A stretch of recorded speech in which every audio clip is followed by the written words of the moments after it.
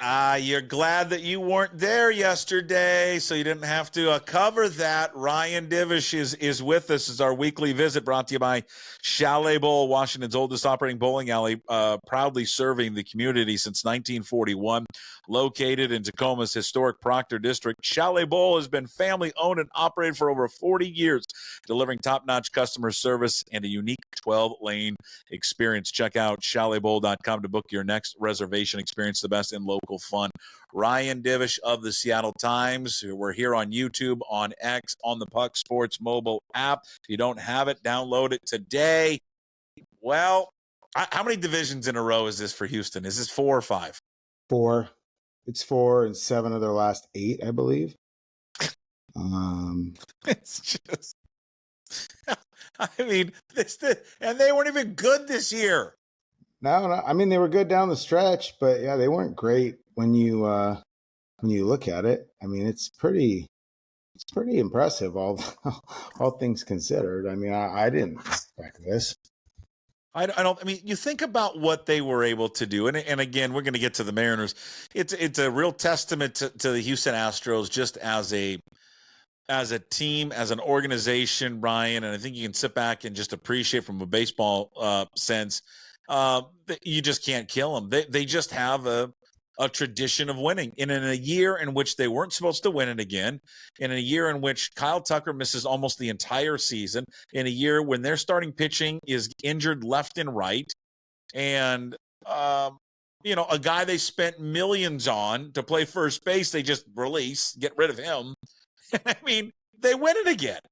It's remarkable. It's remarkable and sad what the Mariners let off the hook, because it was such a golden opportunity for them. It's like you fishing in the river back in Montana. You never can quite snag that big fish and reel it in. Pretty much the same thing. This is, I mean, like, I live that lifestyle. I'll admit it.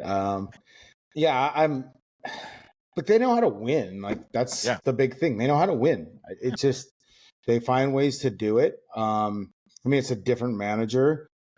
It's a different, it's a different group of players on a lot of levels, but the same core is there, and they just find ways to do it. I mean, the one thing is their pitching wasn't great, but what they realized was that they needed to score runs. So they scored runs. They had injuries to their starting rotation. They figured out that their relievers were pretty good, so they found a way just to get guys to 6 innings and then go from there.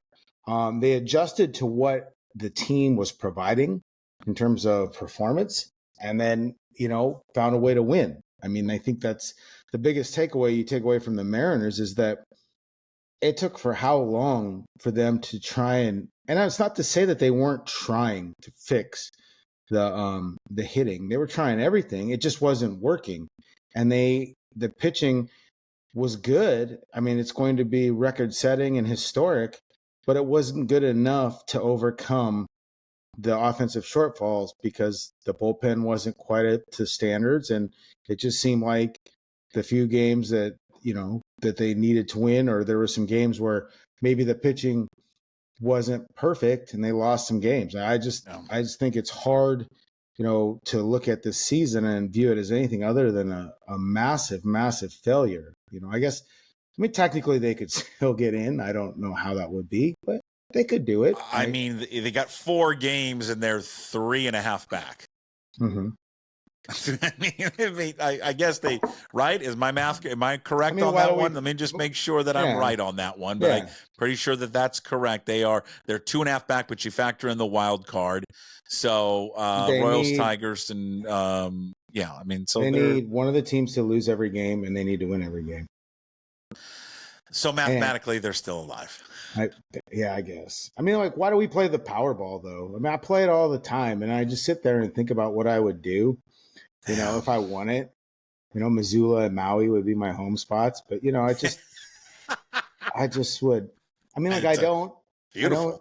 That's why we play it. And I mean, you still have to play. You still have to go out there and compete and try. I mean, that's the whole thing. You put yourself in this position. Maybe you don't think there's any hope, and maybe you don't think that there, the math or the logic says it's not going to happen. But you signed up for it. You got to play them all.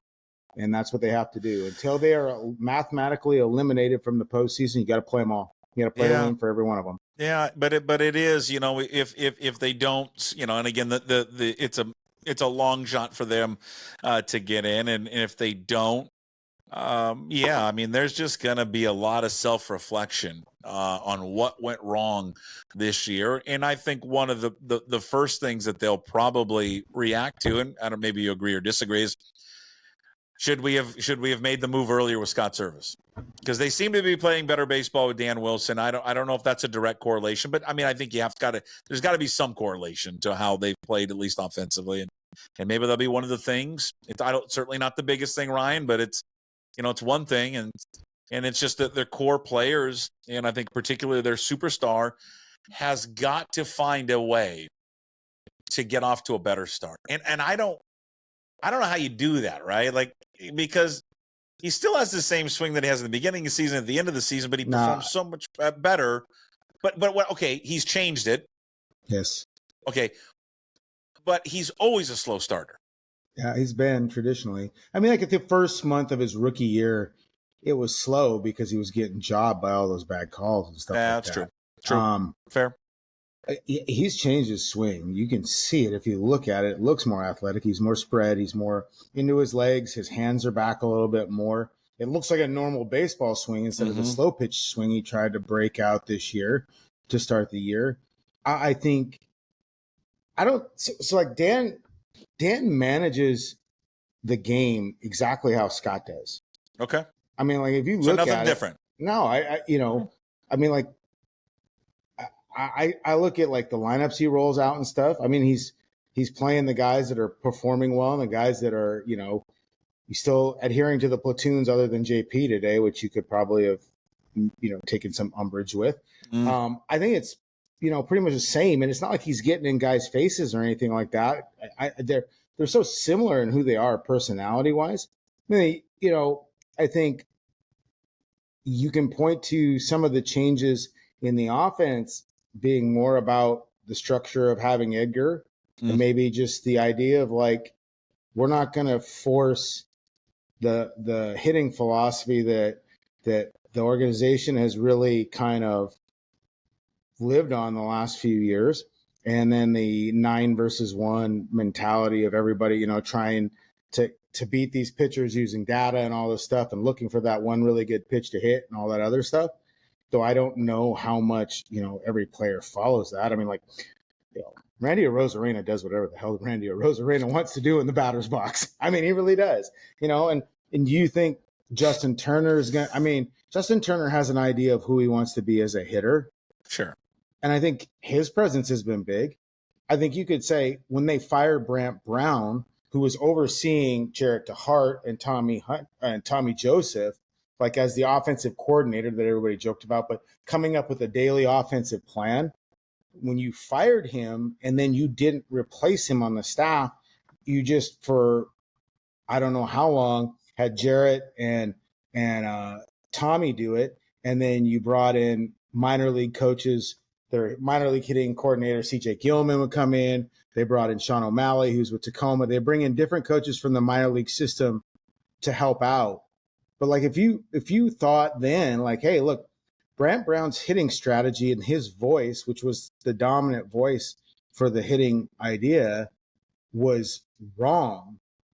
Do you really just go without nobody as the overall defining voice?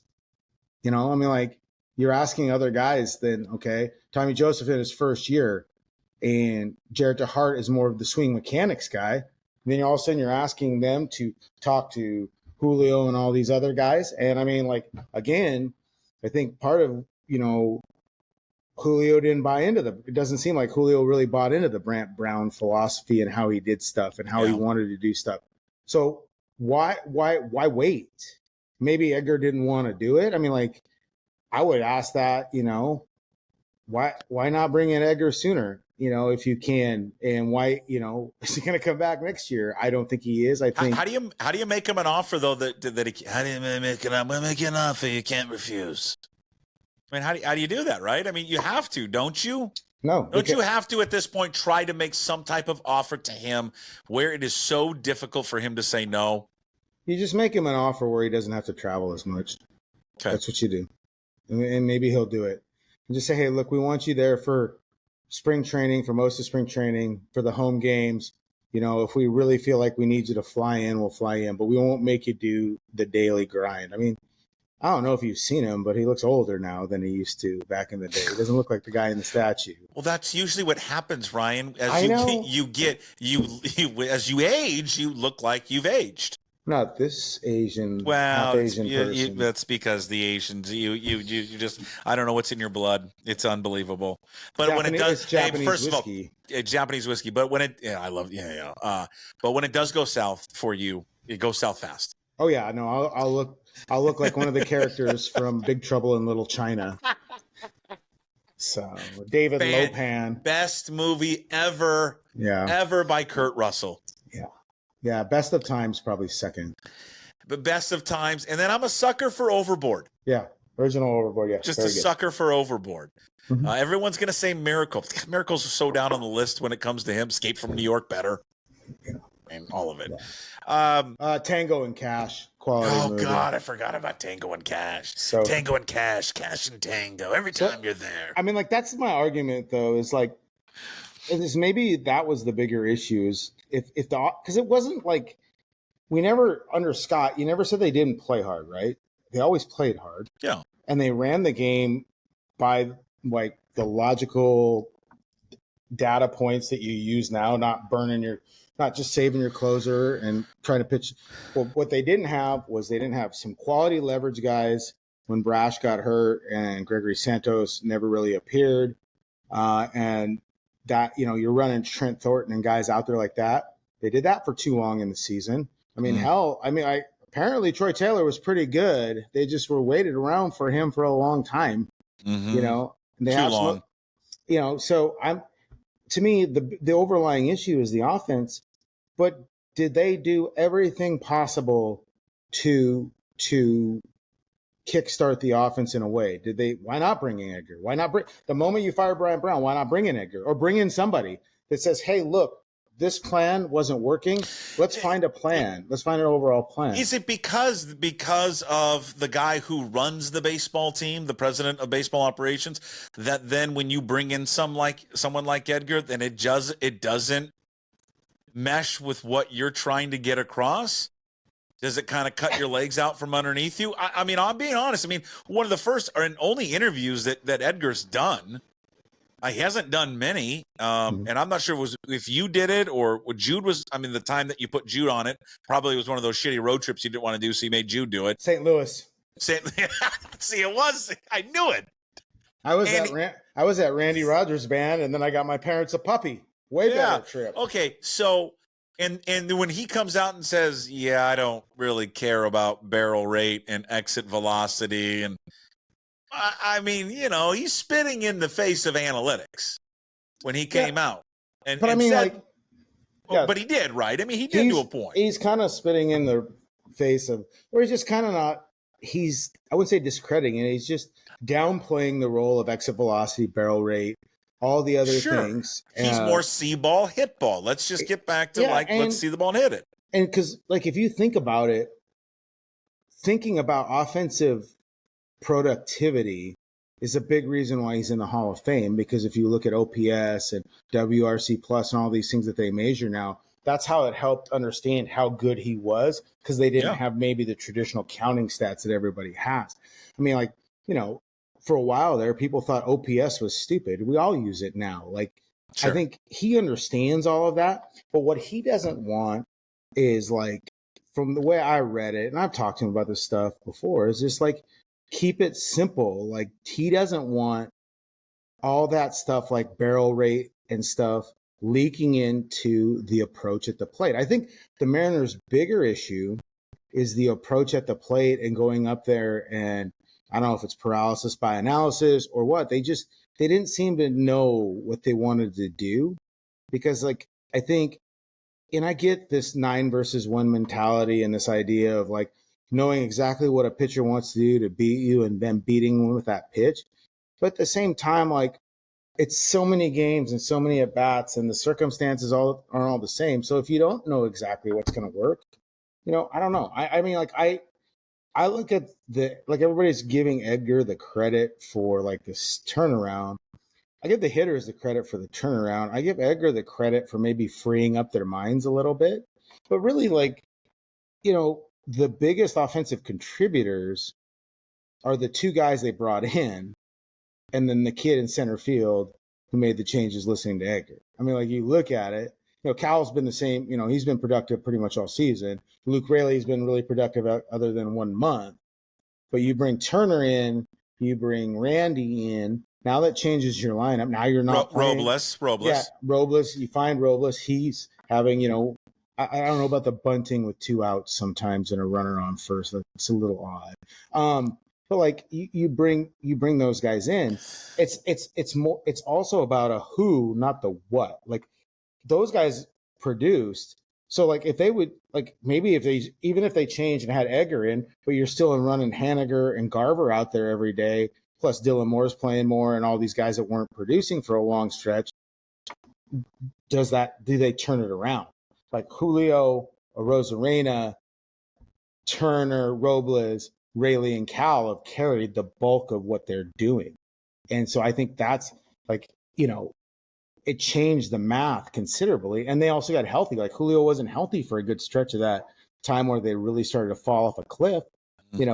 I just think that it's like there's a lot of things that go into all of this, whether or not it's Julio, whether it's Edgar, whether it's Scott versus Dan.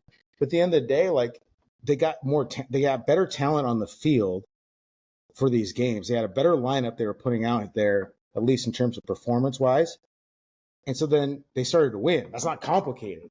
You can look at it and say, the problem is, for the first how many games before the trade deadline, how many of those guys that were expected to produce underperformed at significant levels. You're talking Haniger, Garver, Crawford, who got lots of at-bats. Then when Crawford's hurt, you're playing Demo out there and putting him in a position you don't necessarily want. France was struggling. You move him out. You had the revolving door at first base of guys you're trying, and then you weren't playing Rayleigh all the time. Once Rayleigh got going, and then you had Rayleigh and Cal, and then you have Julio, like, it's just different look because you don't have as many struggling players out there every day. Like, how many games did Mitch Haniger play before he lost the full-time DH role? Or Mitch Garver, how many games did he play before he lost the full-time DH role?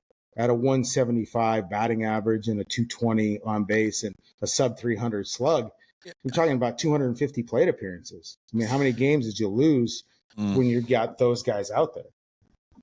Yeah, and I know he was, after the game, JP was very honest with his assessment of the season. He told reporters, just how do you feel? And he just shitty. Didn't do my job. I've got to do better than that.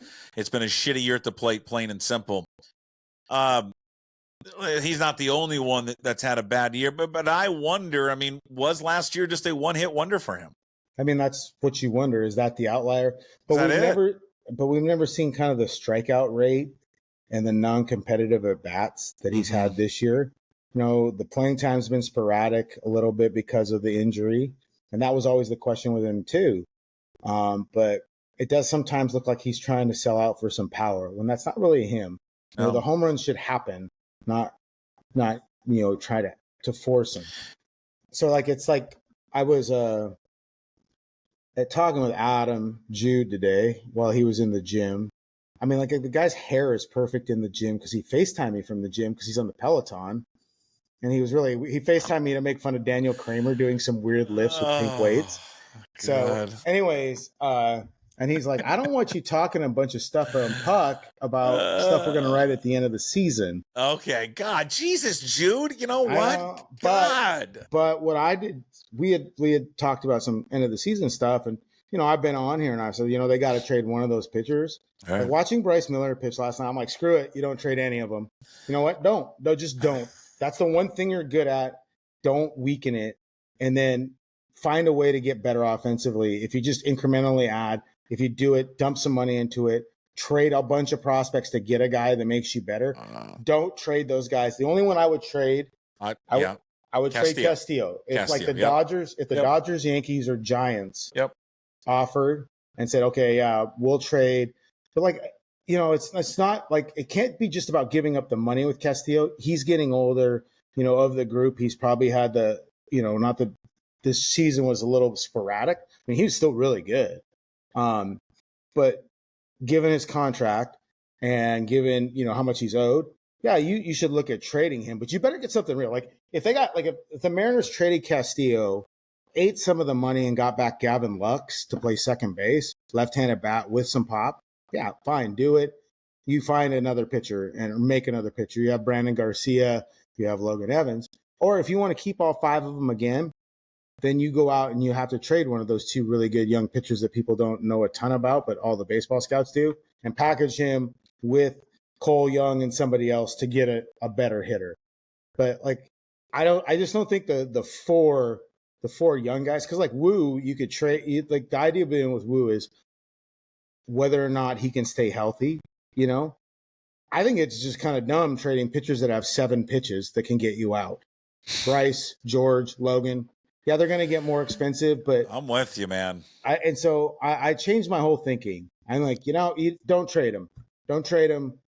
Run it. Just try and run it again. The question you have is like, can they replicate this kind of pitching? Yeah. Probably not. Is Jude going to write a story on trading one of the young guys? Now he's going to be pissed off? No. We have just other stuff. We just like, you know how it is. I mean, like he's just very he's competitive. He doesn't want you to spill any beans here. You know, F you, like, Jude. F you. I know. You know, notice he didn't text you back about coming on and doing the dual podcast. You know what? Did he not? He didn't, did he? No, I just, you know. Yeah.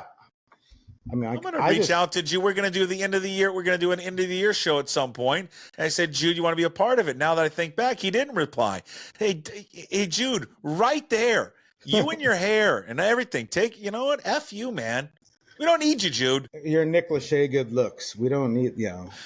It was funny that he made fun of Kramer today. It was like the most awkward lifting I've ever seen in my life. Yeah. I'm with you. I don't trade any of them. So, like, none of them. I don't trade any of them. Castillo certainly makes the most sense. That young core is too good to trade. It's not worth it. And if somehow like Dipoto, I mean, were to be fired after next season, I don't want him making a decision on those 4. I just don't. Yeah, you wonder, like, because we don't really know what the contract that's the extension is, or it's multi-year. If it's 1 year, if he's a lame duck, is he making moves to save his job, kind of like what Beasley did for Bedard? Yeah, you know, I do think like there's enough people in place that maybe would talk him out of some of the a desperate move. Well, I don't, you know, I don't see the value in it right now. What I kind of look at is the bat you would get back for Bryce Miller or Brian Wu, you better know that he's a dude. And like teams just aren't willing to do that anymore. You know, is Jordan Westberg enough from the Orioles to give up Brian Wu or Bryce Miller? I don't know. I don't know what the value is, because it's like you don't know how teams value these guys. But you know, I just think that pitching is so difficult to replace when you lose somebody that I wouldn't do it. I mean, I would listen on. I would shop Castillo to the people that could afford him. You know, I guess if it's like, you know, if the Yankees are willing to give up, I don't know who they got. They're all just huge. Yeah. I mean, I mean, the Red Sox might do it though. The Red Sox have money. Like if the Red Sox were willing to give up Tristan Casas, maybe. There's another thing is this: Castillo's got his no trade clause. Yeah. You know, we don't know if he wants to give it up or not. He loves it here. He likes being here. I think if the Yankees or Dodgers call, sure, he probably is willing to waive the no trade clause. But yeah, that's I just kind of shift. I was watching Bryce pitch last night, and I was so good. Yeah, I'm just sitting there, and it was, you know, I'm contemplating life from playing 9 fast pitch games over a weekend and like barely being able to walk. And so I was just like, no, keep him. Like, no, just keep him. And because like he's everything that you want your pitchers to be. Like all these guys they drafted a bunch of pitchers this year. Him and Logan Gilbert and George, but like Bryce more than anybody, because he continues to evolve. Logan obviously does, but Bryce was a 4th round pick. Yeah. He's projected. A lot of people had him as a reliever. And I think the Mariners deep down thought he was going to be a reliever. But, he has turned himself into a quality pitcher because he continues to improve. And you don't want to give up guys like that. You want to have them there so you can point to them in your org and say, look at this guy. Just do this, put in the work, listen to what we say, listen to watch what they do. And they're going to be good. I mean, like Bryce has talked about that last year, like just how important it was him and Brian being around guys like Logan and George. And George and Logan talked about how important it was to be around somebody like Robbie Ray, who works his ass off and does the right things and, is a pro. Like, I don't think you want to lose guys like that to search for bats, especially when you have to realize this. They don't do a good job of assessing major league hitters right now.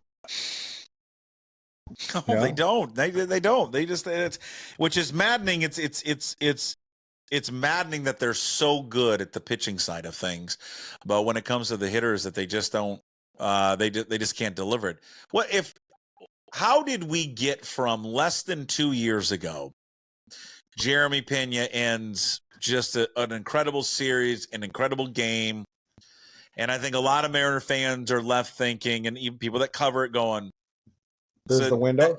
This is the next step. They're going to take the next step next year and get past Houston. They're that good. And Houston talked about. Houston talked about how that was probably the toughest series they had. Yeah. And then in less than 2 years later, we're talking about the 4th straight division for the Houston Astros. They overcame a 10-game deficit, and they're going to win the division comfortably. How did we get here so fast? A lack of investment in the product.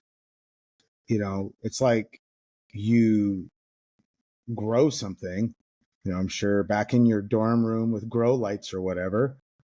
If you don't water it and feed it, it's not going to go. So like they have this nucleus of players that are pretty good from the 2022 season. And in 2023, what do they do to help the 2023 team? Like, what do they go get? What do? They essentially ran it back. They let Carlos Santana go.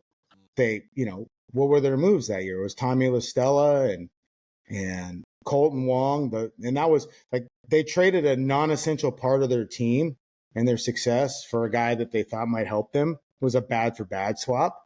And then I'm trying to think who else they didn't add. Yeah, Did they really add? No, they didn't add for 2 years. They didn't add. And so then they have the team that they think is a little flawed. Oh, I guess they traded for Teo. They did trade for Teo. Okay. Yeah. Okay. Yeah. So they traded for Teo, and he underachieved. So then what happens? You take that underachievement this year. Yeah. So what happens is then they don't have him, or so they go into this offseason and they think they're going to spend, and then ownership says, well, no, we're concerned about what potential losses or diminished revenues or diminished dollars from Root Sports are coming in. So we're hesitant to add because we don't know what it's going to be like in the financial landscape. Like the performance on the field never really came into that thinking in a lot of ways because you're worried about what your projections say. But what do your projections say if you win the division and go make a run in the World Series or make a run of the World Series? What do your projections say then? So then what they do is they say, well, we're going to increase payroll by like $3 million, $3 or $4 million. And they tell Jerry, okay, well, that's how much money you have to work with. You find a way to get better. We're not going to stop you as long as the money evens out. So then what you do is you do all these different moves, trades, sign, where we've said shop at Nordstrom Rack instead of Nordstrom, or like, for you, TJ Maxx. And I stop. I don't shop there anymore. Okay. I'm strictly the Rack. Okay. But back in the day at TJ Maxx was pretty nice. I can find some decent stuff in there. I mean, you just don't know who's touched it and what they've done to it. But like, yeah. So then like you have this nucleus of this team, and then you don't do anything to like really supplement it in a way that bears like proven results. Garver, the biggest question of these guys was whether they were healthy or not. We didn't take into account aging, injury history, still dwindling production based on typical regression of guys over 30. And so then you get this production. But do you really think that's how I don't think Jerry DiPoto wanted it to do this way. I don't the one thing I do think sometimes, and I may be wrong, but I do think sometimes that there's no quantifiable way to measure it, but the lack of guys in there to hold accountability levels for all players, it's missing. Like, everybody talks about how big Carlos Santana was for that team. And they talk about the presence of Suarez. And everybody says, well, Cal's a leader. He's the captain. Yeah, Cal's got a lot of shit to do in a day. He gets there at noon. He leaves at midnight, and along the way gets the shit beat out of him on every foul ball. I've never seen a guy get hit in the cup more than Cal Raleigh. And then hit 31 bombs and run the pitching staff. And so it's you need guys like that, guys people have already talked about what a great dude Turner's been, just in terms of being a voice about hitting approach. And like Cal was saying on an interview, it's like having another hitting coach because Turner's so measured and has such a grasp. I mean, you look at his approach, he might get beat, but it's a competitive at bat all the time. Yeah. God bless him too for proving that athletes, no matter how not attractive they are, can still do well. He's a nice, actually he's not Jude, but can't wait that gets back to you. I want that. I want that to come around. I think I read something where he said I know I'm not the best looking guy in the world. He is honestly one of the nicest, most, and if you talk to him about hitting or about baseball, the landscape of baseball, he's really smart. You have to have guys like that because a lot of these guys have no experience in all of this. And I think they thought Haniger was going to be that guy again, but he just didn't play enough, and he didn't. I don't think he just to play enough though, Ryan. He wasn't good. He's done, he's just done. That's what I mean. He didn't play enough, and he wasn't good, so he can't go tell other people what to do when you're not playing. Of course not. It was just, but we knew that going into that. And it wasn't his personality. Has always been a leader by work. He'll say stuff and about but he wasn't like Seager. He followed Seager's path, but they don't have that. Yeah. And you could argue, and I've heard some players, some former players and stuff say that kind of was lacking. And they say it's because Jerry doesn't really care about player leadership and stuff like that. Now, I don't know about that. He was on a team. There's leaders. He played though. God, you would think he would understand that. He played the game. But there is no quantifiable way to measure leadership and all that veteran presence and all that stuff. But when shit's going wrong and you don't know what to do and you have a bunch of young guys that are trying to fight their way out, sometimes you just need a calming dude in there to help you out. 100%. Especially one that can play. I think that's the bigger issue is everything they did this year was predicated on the potential for optimal success from everyone for them to be good. Yeah. Including JP and Julio not having a slow start, which he did. So you have all that stuff. I mean, it's great that they did this now and everything else, but they can't, the 2.5 months or whatever it was from June 14th to whatever when Servais was fired. I mean, you can blame the hitting coach, you can blame but that's just catastrophic underperformance from a lot of guys.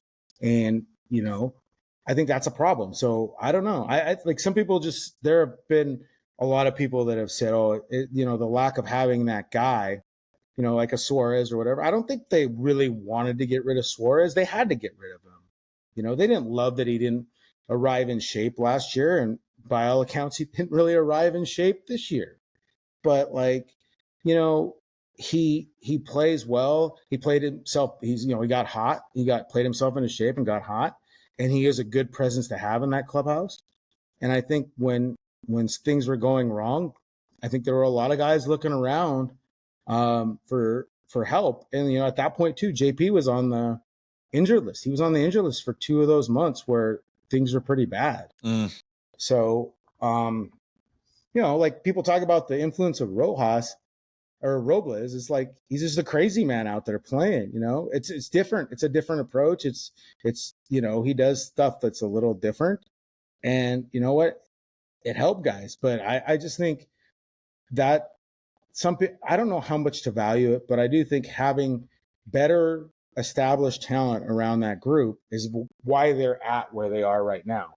Because like they didn't add a Randy Arozarena at the deadline, or in the offseason. They didn't. You had a lot of question marks. Like even right now, like if we're going into next year, your outfield, right? It's Randy, and it's Julio, it's Robles. Okay. Then where do you feel comfortable in the rest of the positions?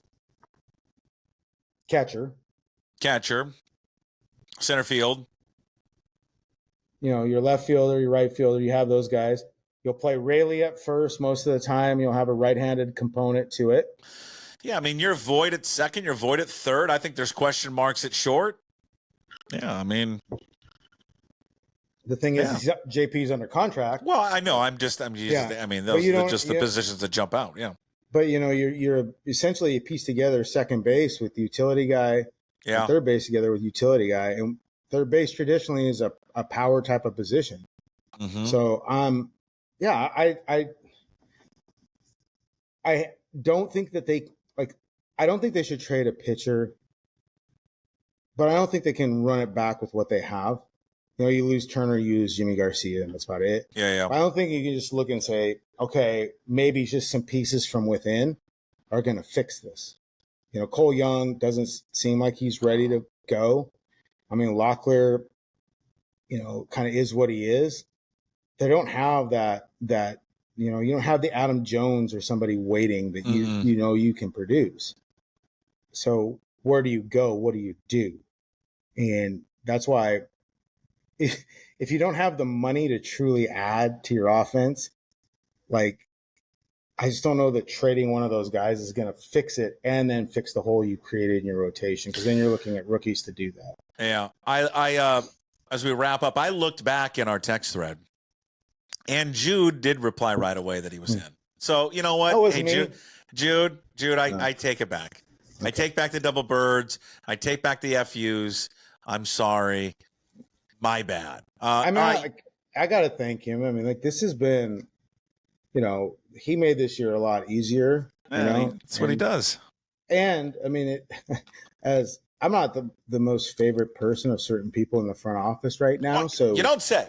Having Adam around is pretty good. Yeah. They like him more than they like you, and it's okay to admit that. All right. We'll have a few more. We're going to do a lot more shows because Ryan has nothing to do in the offseason. So we'll iron out all the details with his agent, and don't worry about it. You'll still be hearing from him. But baseball season is winding down. We'll cut you loose. Divish is brought to you by Chalet Bowl, Washington's oldest operating bowling alley, proudly serving the community since 1941, located in Tacoma's historic Proctor District. They have been the best in delivering top-notch customer service at their unique 12-lane facility. Check out chaletbowl.com. Book your next reservation today. In case you missed it. You didn't ask me what I think is going to happen in the Final Four games. Like, what's going to happen? What are they going to do? What do you think they're going to do? I think they're going to win the next three and go into that last day with some weird chance. Because tomorrow's the hungover game for the Astros, right? But Kikuchi didn't drink. Kikuchi sleeps 15 hours a night.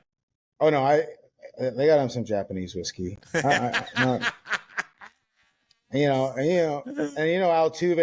Altuve's got one of those like yardsticks you get in Vegas, and so it's as tall as him. He's just pounding it.